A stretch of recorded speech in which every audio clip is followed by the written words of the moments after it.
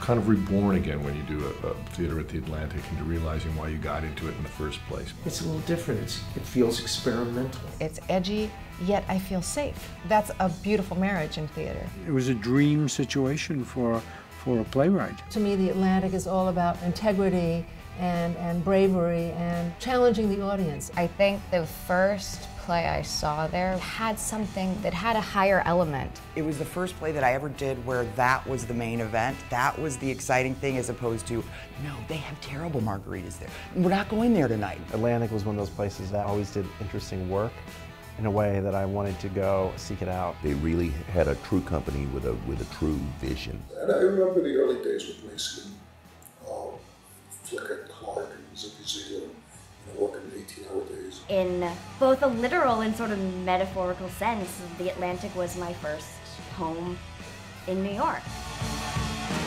We moved into this space in the fall of 1991, and that was really just as Chelsea was kind of starting to explode. We went from a group of people that were meeting in each other's apartments and teaching classes here and there and running all over the city, and this space gave us a home. Well, I think the first interesting thing about being at the Atlantic Theater spatially, it's kind of great to be in a church. I mean, there's nothing like seeing Spring Awakening and seeing like kids like banging each other and you're in a church, you know.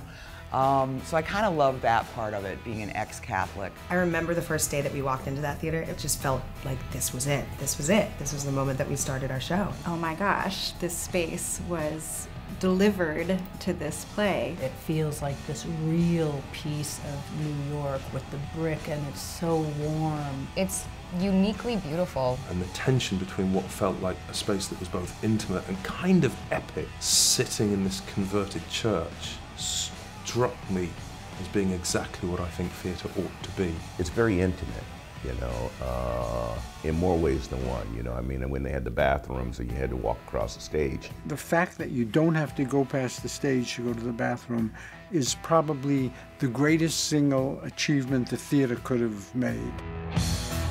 I understand that there's a nice new bar downstairs, which I suggested to Jeff Lawson that we call the Charlie Sheen Bar. I thought maybe a picture of Charlie hanging behind the bar, or since it is a bar, a picture of Charlie reclining nude.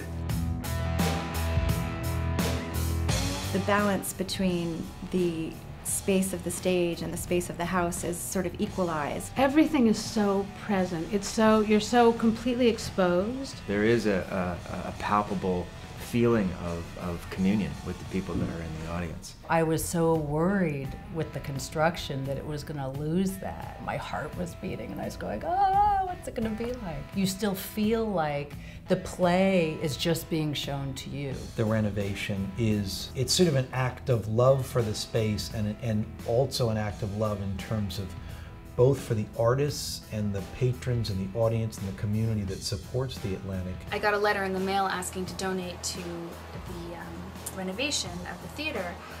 It was with such joy and pride and gratefulness that I wrote a check using money that I'd earned as an actor, which I swear to you is only because I went to the Atlantic.